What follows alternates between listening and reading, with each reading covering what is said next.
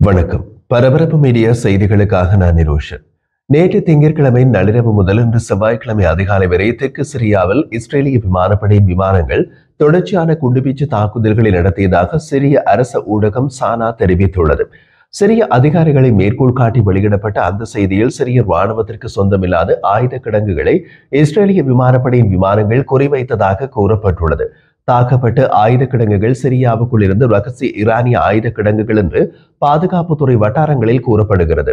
அந்த ஆயுத கிடங்குகளில் இருந்து ஆயுதங்கள் இஸ்ரேல் மீது தாக்குதல் நடத்துவதற்காக சிரியாவுக்குள் மறைத்து வைக்கப்பட்டிருந்த காரணத்தால் அவை தாக்கி அழிக்கப்பட்டன என்று இஸ்ரேலிய அதிகாரிகள் தெரிவித்தனர்.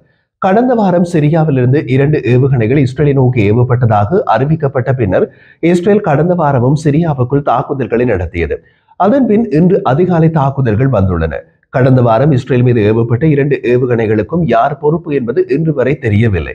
இஸ்ரேலிய விமானப்படையின் விமானங்கள் லெபனான் வான் பகுதியில் பறந்து பின் சிரியாவின் வான் பகுதிக்கு சென்று டமாஸ்கஸ் கிராமப்புறங்களிலும் குரைத்ரா மற்றும் தாராவில் உள்ள பல இடங்களையும் குறிவைத்து தொடர் தாக்குதல்களை நடத்தியதாக சிரிய அரசு செய்தி நிறுவனம் சானா மற்றும் பாதுகாப்பு வட்டாரங்கள் தெரிவித்தன. சிரியாவிலும் சரி லெபனானிலும் சரி வான் பாதுகாப்பு சாதனங்கள் எதுவும் இயங்க நிலையில் இல்லை. அதனால் இஸ்ரேலிய விமானப்படையின் விமானங்கள் மிக சுதந்திரமாக சிரியாவிலும் லெபனானிலும் பறந்து தாக்குதல் நடத்த முடியும். இஸ்ரேலிய பாதுகாப்பு அமைச்சர் இஸ்ரேல் காட்ஸ் 2 ஏவுகணை ஏவுதல்களுக்கும் சிரிய ஜனாதிபதி அஹ்மத் அல் ஷாராவை பொறுப்பேற்க வேண்டும் என்று முன்னர் கூறியிருந்தார். சிரியாவிலிருந்து இஸ்ரேலுக்கு எதிரான எந்த ஒரு அச்சுறுத்தல்களுக்கும் தாக்குதல்களுக்கும் சிரிய ஜனாதிபதி நேரடியாக பொறுப்பேற்க வேண்டும் என்று நாங்கள் கருதுகிறோம். விரைவில் முழு பதிலடி வரும் என்று காட்ஸ் அப்போது கூறினார். இஸ்ரேலை நோக்கி ஏவுகணைகள் ஏவப்பட்டதாக வெளியான தகவல்கள் இன்னமும் சரிபார்க்கப்படவில்லை என்று சிரிய வெளியுறவு அமைச்சகம் ஒரு அறிக்கையில் தெரிவித்தது. அதன்பின் அது பற்றிய எந்த தகவலும் வெளியாகவில்லை. அவர்கள் வெளியிட்ட அறிக்கையில் மத்திய கிழக்கு பிராந்தியத்தில் எந்த ஒரு நாட்டுக்கும் சிரியா அச்சுறுத்தலாக இல்லை என்றும் ஒருபோரும் அச்சுறுத்தலாக இருக்காது என்றும் மீண்டும் வலியுறுத்தியுள்ளது என்று அரசு செய்தி நிறுவனமான சானா தெரிவித்தது. சிரியாவுக்குள் ரகசிய ஈரானிய தளங்களை சிரிய ராணுவம் தாக்குகிறது, இஸ்ரேலிய விமானப்படையும் தாக்குகிறது. முன்பு எதிரிகளாக இருந்த இரு தரப்பினரும் இப்போது பொது எதிரியை தாக்குகின்றன. காலம் தலைகீழாக மாறிவிட்டது. மறுபக்கத்தில் இஸ்ரேலும் சிரியாவும் தொடர்ந்து பாதுகாப்பு தொடர்பான பேச்சுவார்த்தைகளை நடத்தி வருகின்றன. இது இரு நாடுகளுக்கும் இடையே சமாதான உடன்படிக்கைக்கு வழிவகுக்கும். இஸ்ரேலிய அதிகாரி ஒருவர் கூறிய போது இஸ்ரேலுக்கும் சிரியாவுக்கும் இடையிலான தொடர்பு மிகவும் அர்த்தமுள்ளதாக இருக்கும் என்றும் டமாஸ்கஸில் உள்ள தற்போதைய அரசாங்கம் ஈரான் மற்றும் ஹெஸ்போல்லா உட்பட ஈரானிய ஆதரவு இயக்கங்கள் மற்றும் ஹமாஸை எதிர்க்கிறது. அதே தரப்புகளை இஸ்ரேலும் எதிர்க்கிறது. அதனால் சிரிய அரசுக்கும் இஸ்ரேலுக்கும் பொது எதிரிகள் உள்ளார்கள் என்று அந்த அதிகாரி கூறினார். இருப்பினும் பேச்சுவார்த்தையில் ஒரு குறிப்பிடத்தக்க சவால் எழுந்துள்ளது என்று விவரங்களை நன்கு அறிந்த 2 இஸ்ரேலிய அதிகாரிகள் தெரிவித்தனர். எந்த ஒரு ஒப்பந்தத்தின் கீழும் சிரிய எல்லைக்குள் உள்ள இலக்குகளை இஸ்ரேல் தாக்க அனுமதிக்க முடியாது என்று சிரியாவின் புதிய ஜனாதிபதி அல் ஷாரா நிர்வாகம் தெளிவுபடுத்தியுள்ளது. மறுபுறம் இஸ்ரேலிய பாதுகாப்பு அச்சுறுத்தல்களை எதிர்கொள்ளும் திறனை தக்க வைத்துக் கொள்ள இஸ்ரேல் வலியுறுத்துகிறது. சிரியாவில் இருந்து இஸ்ரேல் எதிர்நோக்கும் அச்சுறுத்தல் என்ன?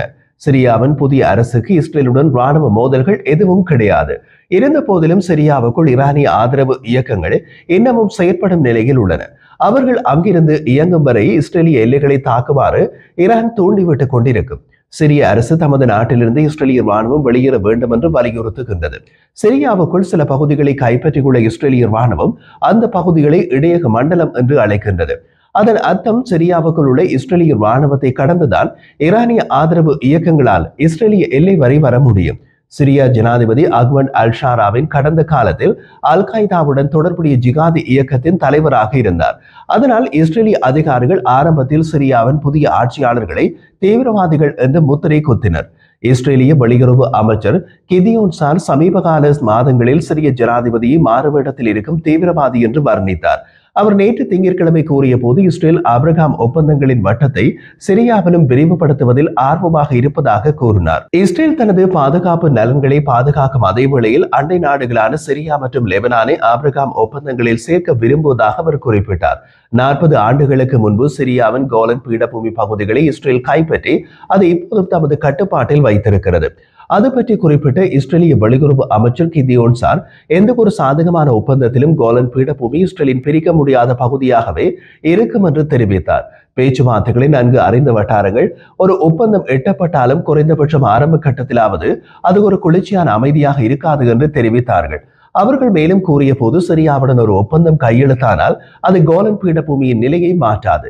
ஆனால் 6 மாதங்களுக்கு முன்பு அசாத் ஆட்சியின் வீழ்ச்சியை தொடர்ந்து இஸ்ரேல் கைப்பற்றிய இரு நாடுகளுக்கும் இடையிலான இடையக மண்டலங்கள் பற்றி பேசப்படலாம் என்றார்கள். இஸ்ரேலுக்கும் சிரியாவுக்கும் இடையிலான விரோதத்தை நிறுத்தும் இருதரப்பு ஒப்பந்தம் குறித்து இஸ்ரேலும் சிரியாவும் நடத்தும் பேச்சுவார்த்தைகள் முன்னேறிய நிலையில் உள்ளதாக மூத்த இஸ்ரேலிய அதிகாரி ஒருவர் தமது பெயரை வெளியிடாத நிலையில் தெரிவித்தார். பாதுகாப்பு விஷயங்களில் ஒருங்கிணைப்பு தொடர்பாகவே பேச்சுவார்த்தைகள் கவனம் செலுத்துகின்றன என்று அந்த அதிகாரி கூறினார்.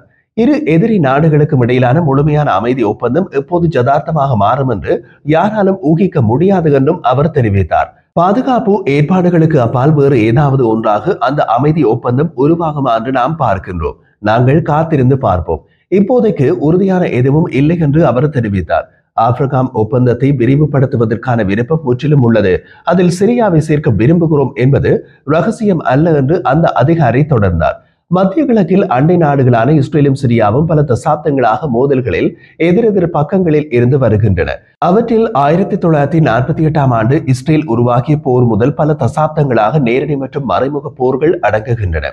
சிரியாவின் ஈரானிய ஆதரவு பெற்ற சர்வாதிகாரி பஷார் அல் அசாத் கடந்த டிசம்பரில் நாட்டை விட்டு வெளியேறிய பின் சூழ்நிலை மாறத் தொடங்கியது. டமாஸ்கஸில் உள்ள புதிய இஸ்லாமிய ஆட்சியாளர்கள் மேற்கு நாடுகளுக்கு ஒரு மிதமான முகத்தை வழங்க ஆர்வமாக உள்ளனர். கடந்த ஏப்ரல் மாதத்தில் சுவிட்சர்லாந்து உட்பட பல ஐரோப்பிய நாடுகளூடாக இஸ்ரேலும் சிரியாவும் பலவித பேச்சுவார்த்தைகளை நடத்துகின்றன என்று ஒரு ஐரோப்பிய தூதர் தெரிவித்தார். இருப்பினும் அமெரிக்காவே இந்த மத்தியஸ்தத்திலும் முன்னிலை வகித்துள்ளது. இஸ்ரேலின் தரப்பில் பேச்சுவார்த்தைகளை தேசிய பாதுகாப்பு ஆலோசகர் சாக்ஷி ஹனெக்பி வழிநடத்துகிறார் என்று இஸ்ரேலிய அதிகாரிகள் தெரிவித்தனர். இஸ்ரேலிலும் சிரிய அரசும் தினசரி நேரடி தொடர்பில் இருப்பதாகவும் இயல்பாக்குவதற்கான சாத்தியக்கூறுகள் குறித்து விவாதித்து வருவதாகவும் ஹனெக்பி கடந்த வாரம் உறுதிப்படுத்தினார். ஆனால் இந்த பேச்சுவார்த்தைகள் மிகவும் தந்திரமானவை. சிரியாவில் புதிய ஆட்சி அமைந்த பின்னரும் இஸ்ரேலிய விமானப்படை சிரியா முழுவதும் இராணுவ இலக்குகள் என்று அடையாளம் காட்டப்பட்ட இடங்கள் மீது கடுமையான விமான தாக்குதல்களை நடத்தியது. அந்த தாக்குதல்கள் தான் இப்போதும் தொடர்கின்றன. இஸ்ரேலுடன் ராஜதந்திர உறவுகளை ஏற்படுத்த சிரியா ஆர்வம் காட்டுவதாக தொடர்ச்சியான தகவல்கள் வந்தாலும் அமெரிக்க மத்தியஸ்த அமைதி பேச்சுவார்த்தைகள் தொடர்பாக சிரிய அரசுக்குள் உறுதியான ஒருமித்த கருத்து இல்லை என்று பெயர் வெளியிடாத சிரிய வட்டாரங்கள் திங்கட்கிழமை லெபனான் செய்தி நிறுவனமான அல் அக்பரிடம் தெரிவித்தன. இஸ்ரேலுடனான உறவுகள் என்ற யோசனையை சிரிய ஜனாதிபதி அஹ்மத் அல் ஷாரா வரவேற்றதாக சர்வதேச தூதர்கள் கூறுகிறார்கள். ஆனால் அதற்கு மாறாகவும் சிரிய அரசுக்குள் நடந்து வரும் விவாதங்கள் இஸ்ரேலுடனான உறவுகள் தொடர்பான உண்மையான ஒருமித்த கருத்தை காட்டவில்லை என்பதை குறிக்கின்றது. அஹ்மத் அல் ஷாராவுக்கு விசுவாசமான குழுவுக்குள்ளும் கூட இஸ்ரேலிய உறவுக்கு எதிரான கருத்துக்கள் உள்ளன என்று கூறப்படுகிறது. அதனால் அஹ்மத் அல் ஷாராவுக்கு நெருக்கமான நபர்கள் அமெரிக்க மத்தியஸ்தர்களை மிகவும் வரையறுக்கப்பட்ட ஒப்பந்தத்தை பரிசீலிக்க வலியுறுத்துகின்றனர். மிகவும் வரையறுக்கப்பட்ட ஒரு ஒப்பந்தம் என்பது முழு அமைதியை நோக்கி முன்னேறாமல் இஸ்ரேலுடனான விரோதங்களுக்கு முற்றுப்புள்ளி வைக்கும். இஸ்ரேலுடன் சிரியாவின் சமாதான ஒப்பந்தத்திற்கான எதிர்ப்பு முதன்மையாக 2 காரணிகளில் இருந்து உருவாகிறது என்று வட்டாரங்கள் தெரிவித்தன. முதலாவதாக, காசாவில் போர் தொடரும் போது இஸ்ரேலிய ராணுவ நடவடிக்கைகளுக்கு பரவலாக அரபு நாடுகள் கண்டனங்களை தெரிவிக்கின்றன. அந்த கண்டனங்கள் மத்தியில் சிரிய அரசு அத்தகைய ஒப்பந்தத்தை நியாயப்படுத்துவதில் சிரமத்தை எதிர்கொள்ளும்.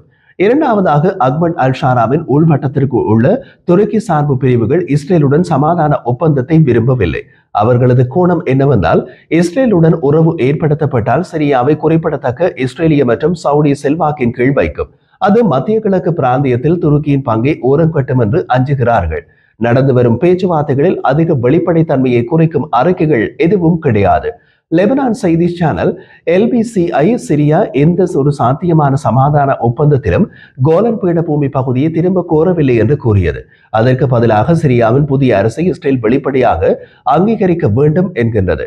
ஜனவரி முதல் தெற்கு சிரியாவில் இஸ்ரேலிய பாதுகாப்பு படைகள் கைப்பற்றியுள்ள பகுதிகளிலிருந்து இஸ்ரேலிய ராணுவம் விலகுவது உடனடியாக நடக்காது என்று இஸ்ரேலிய நிலைப்பாட்டுக்கு அமெரிக்க ஆதரவு உள்ளது என்றாலும் அதன் துல்லியமான தன்மை தெளிவாக இல்லை.